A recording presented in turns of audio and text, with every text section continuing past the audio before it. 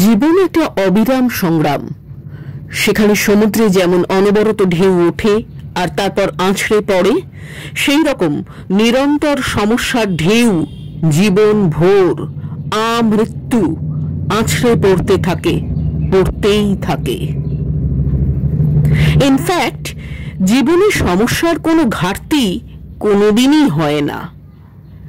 এর পাশাপাশি থাকে আশেপাশের মানুষজনের নানা রকম মানসিকতার প্রকাশ। কেউ আপনাকে ভালো চোখে দেখে প্রশংসা করলো, তো কেউ আপনার জীবনের সাফল্য দেখে হিংসে জ্বলে উঠল। কেউ আপনার সহমর্মী হলে অন্য কেউ আপনাকে ল্যাং মেরে কিভাবে ফেলে দেওয়া যায় অনবরত তার পরিকল্পনা করে যেতে লাগলো। আর আপনি যদি একটু অসতর্ক হন, তাহলে সে হয়তো একদিন আপনাকে ল্যাং মেরে ফেলেও দিল। এই ঘটনা যে কোনো অচেনা মানুষ ঘটায় তেমনটা খুব কমই হয়। বরং আপনার জীবনের সবচেয়ে বড় বড় বিপদগুলো আসে আপনার চেনা জানা কাছের মানুষ, এমনকি হয়তো আপনার পরিবারের ভেতর থেকেই। অনেক সময় আবার আপনার নিজের ভেতর থেকেই। আপনার অলসতা, আপনার অসতর্কতা, আপনার অহেতুক উদ্বেগ, ভয়, কিংবা হয়তো বা আপনার কোনো ভুল ডিসিশনই আপনাকে শিখর থেকে শূন্যে ঠেলে ফেলে দিল। আপনি হঠাৎ উঠে দেখলেন আপনি ছিলেন রাজপ্রাসাদে, আর এখন আপনি দাঁড়িয়ে আছেন একেবারে রাস্তায়, লিটারালি রাস্তায়। আপনার মাথা গোঁজার কোনো জায়গা নেই, আপনার কাছে খাবার নেই, খাবার জন্য জল নেই। মানুষের জীবনের সবচেয়ে বড় নিড হলো খাদ্য, বস্ত্র ও বাসস্থান। আপনি বলা বাহুল্য খিদের জ্বালায় কিছু খেতে চাইলেন, কারো কাছে কিছু সাহায্য চাইলেন, সঙ্গে সঙ্গে আপনারই প্রিয়জনেরা, এমনকি এই সমাজ আপনার গায়ে ভিখিরির তকমা এঁটে দিল। আপনি কিছু বুঝে ওঠার আগেই আপনি ভিখিরি হয়ে গেলেন। লোকে লাথি ঝেঁটা মারতে শুরু করলো। আপনার মনে হতে শুরু করলো এর থেকে আত্মহত্যা করাও অনেক ভালো।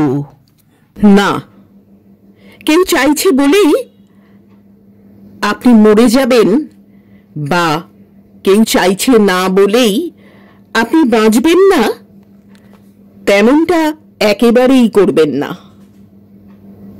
জীবন আপনার, জীবন একটাই। এই জীবন অত্যন্ত মূল্যবান। যে করেই হোক দাঁতে দাঁত চেপে এই জীবনে বেঁচে থাকতে হবে আপনাকেই। মনে রাখবেন, জীবনে বেঁচে থাকার দায়িত্ব একমাত্র একমাত্র আপনার। কিভাবে বাঁচবেন সেটা বড় কথা নয়, শুধু একটাই কথা মাথায় রাখবেন সবসময়, বাঁচতে আপনাকে হবেই। আপনি বাঁচবেন। জীবনের এই পর্যায়ে আপনাকে প্রচন্ড বীভৎস লড়াই করতে হবে, আর সেই লড়াইটা চালিয়ে যাওয়ার জন্য আপনাকে নিজেকে নতুন করে নির্মাণ করতে হবে। আপনাকে সম্ভব হলে আপনার জীবনে একটা ডিসিপ্লিন মেনটেন করতে হবে। এই ডিসিপ্লিন আপনাকে মানসিক শান্তি বজায় রেখে চলতে সাহায্য করবে। আপনাকে অতিরিক্ত চিন্তা, টেনশন থেকে বাঁচাবে।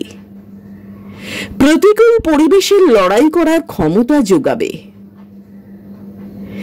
নিয়মিত ধারাবাহিকভাবে ডিসিপ্লিন মেনটেন করে চলতে পারলে আপনি এমনিতেই এক এক ধাপে অনেকখানি করে এগিয়ে যাবেন খুব সহজেই, এটা পরীক্ষিত। নিজেকে শান্ত রাখতে এ সময় আপনি ব্রিদিং এক্সারসাইজ বা প্রাণায়াম করতে পারেন। এটা যে কত বড় একটা ইফেক্টিভ উপায় সে সম্পর্কে বলে শেষ করা যাবে না। সেই সঙ্গে আপনি শুরু করতে পারেন মেডিটেশন। খুব বেশি নয়, বড়জোর 2 থেকে 5 মিনিট। পাশাপাশি আপনার ভবিষ্যতের জন্য একটা লক্ষ্য স্থির করবেন আপনি। তারপর সেই লক্ষ্যটাকে একটা খাতায় লিখবেন, সেটা নিয়ে প্ল্যান করবেন ডিটেইলে, সেটাও খাতায় লিখবেন। অবশ্যই লিখবেন। খাতায় না লিখলে সে লক্ষ্য অ্যাচিভ করার সম্ভাবনা খুবই কম। গবেষণায় একথা প্রমাণিত। আপনি আপনার ভবিষ্যৎটা কেমন দেখতে চান সেটা কল্পনা করুন।